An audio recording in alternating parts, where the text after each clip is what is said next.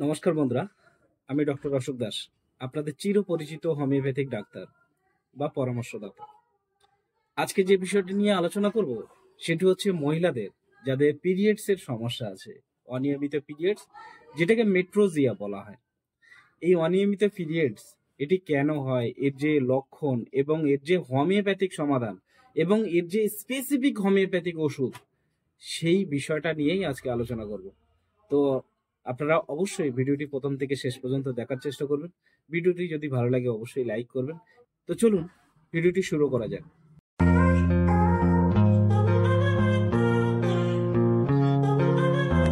তো সর্বপ্রথম যে ওষুধটি নিয়ে আলোচনা করব সেটি হচ্ছে চায়না 30।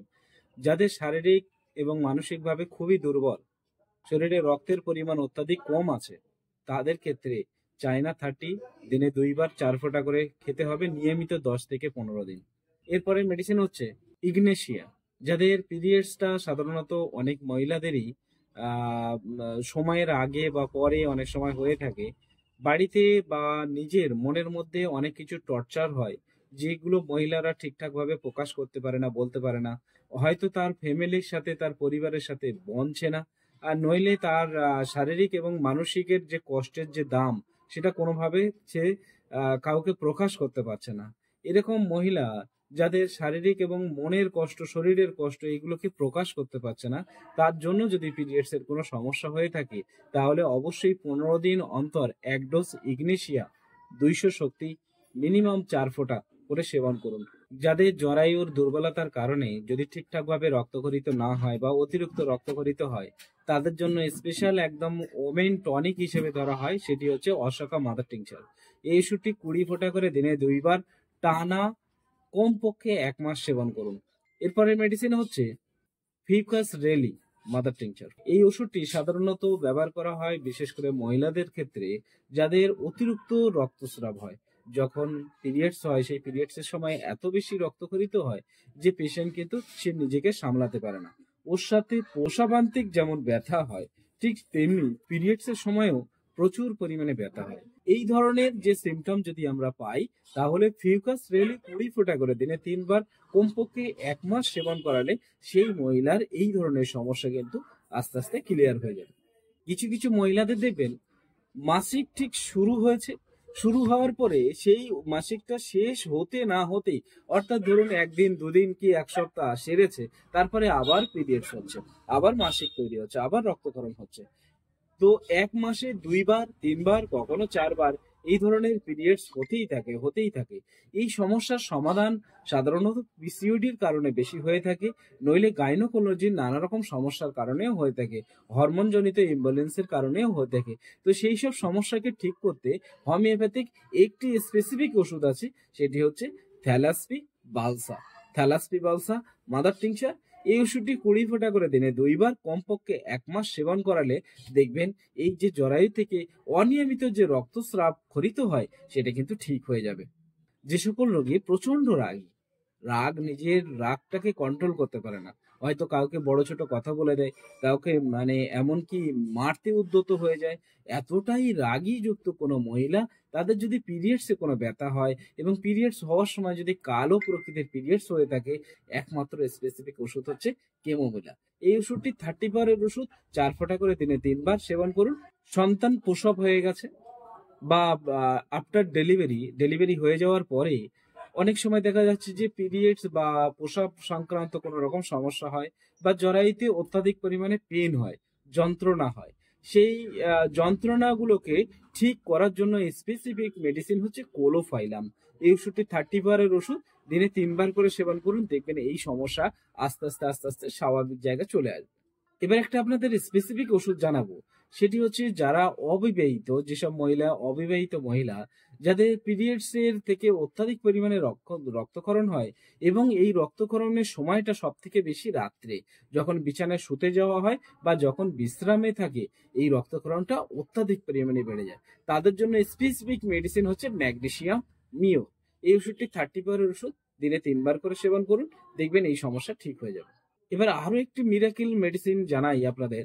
রাত্রে যখনই আপনি ঘুমাতে যাচ্ছেন, ঘুমাতে যাওয়ার পরে অত্যাধিক পরিমাণে ব্লিডিং হয় বা মেন্স বেশি হয়, কিন্তু যখনই আপনি জেগে যাচ্ছেন আপনার আর পিরিয়ডস হয় না। অর্থাৎ আপনার ঘুমন্ত অবস্থায় যদি আপনার পিরিয়ডস বেশি হয় এবং ঘুম থেকে জেগে ওঠার পরে যদি আপনার পিরিয়ডস কমে যায়, তাহলে এই সিম্পটমে আমরা যে ওষুধটি ব্যবহার করতে পারি সেই ওষুধটির নাম হচ্ছে ক্রিয়েজোট 30। ক্রিয়েজোট 30 আমি সমস্ত ওষুধগুলো ডেসক্রিপশনে লিখে দিচ্ছি যাতে আপনাদের বুঝতে অসুবিধা না হয় এবং এই ওষুধগুলো দেখে আপনারা কোনো জায়গা থেকে কিনে খেতে পারেন।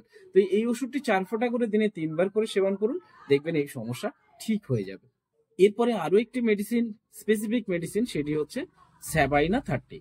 এই ওষুধটি যাদের অত্যাধিক পরিমাণে যৌন আকাঙ্ক্ষা অর্থাৎ সেক্স করতে খুব ইচ্ছুক এরকম কোনো মহিলা, তাদের যদি জরায়ু থেকে রক্তক্ষরিত ঠিকঠাক ভাবে ক্লিয়ার না হয় এবং তার জরায়ু থেকে রক্তস্রাবের সময় প্রচন্ড পরিমাণে ব্যথা অনুভব হয় এবং প্রথম মাসিক শেষ হতে না হতেই আবার দ্বিতীয় মাসিক চালু হয়, এই সকল কেসে আমরা স্পেসিফিক মেডিসিন হিসেবে স্যাবাইনা ওষুধটাকে ব্যবহার করতে পারি।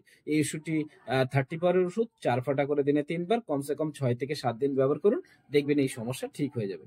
হোমিওপ্যাথিক একেবারে লাস্ট ওষুধ, যে ওষুধটি আপনাদের সাথে গুরুত্বপূর্ণভাবে আলোচনা করছি, সেটি হচ্ছে সিকেলিকর।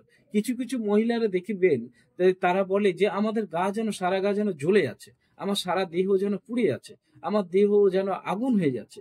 এরকম দেহ জ্বলে যাওয়া, পুড়ে যাওয়া, এরকম সিমটম যদি বলা হয়, আপনি যদি সেই রোগীকে তার গায়ে যদি একবার স্পর্শ করেন, স্পর্শ করার পরে দেখবেন যে তার কোনো জ্বালা যন্ত্রণা কিছুই নেই, তার দেহ অত্যাধিক পরিমাণে ঠান্ডা।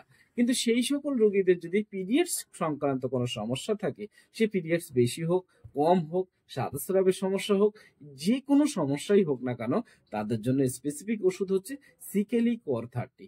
এই ওষুধটি 4 ফোঁটা করে দিনে 3 বার সেবন করতে হবে, করলে দেখবেন এই সমস্যা ঠিক হয়ে যাবে। তো বন্ধুরা, এই ওষুধগুলো যেগুলো আমি আলোচনা করলাম, এইগুলো হচ্ছে একটা সিমটম সাপেক্ষে ওষুধ আপনাদের সাথে আলোচনা করেছি। এই সাথে বেশ কিছু আরো সিমটম মিলিয়ে ওষুধ খেলে অবশ্যই আপনার সমস্যা স্বাভাবিক হবে। তো একটা ছোট্ট ভিডিওর মধ্যে কিন্তু এতগুলো সমস্যার সমাধান করা কিন্তু সম্ভব নয়। তাই আমি এই ওষুধগুলো ছোট্ট ছোট্ট স্ক্রিপ্ট গুলো দিয়েছি, যে সিমটমটা আপনার সাথে ম্যাচ করছে বা যে সিমটমটা আপনার কাছে কাছাকাছি আসছে, সেই সিমটমের মেডিসিনটি আপনি প্রয়োগ করুন। আর নইলে এই ওষুধ কোনো ডক্টরি পরামর্শ বা কোনো চিকিৎসকের পরামর্শ নিয়ে আপনি সেবন করুন, তাহলে আপনার কোনো রকম সমস্যা হবে না।